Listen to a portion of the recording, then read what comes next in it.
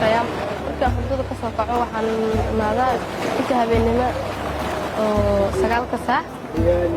badan imaadaa dabadeed waxaan raacaa doon waxaan soo raadiyaa kalluun malaayga marna waxaan ku doonaa maqaalin mar waxaan ku doontaa shabaqad aan habeenkii inta aan soo baxsadaa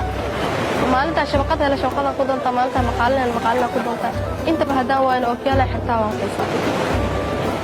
muddo dhow ayaan ku soo biiray inaan badda ka shaqeeyo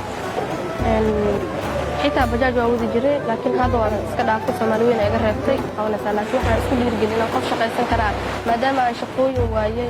haddana badan ayna lahayn control ama irid laga soo galo inaan ka shaqaysan karo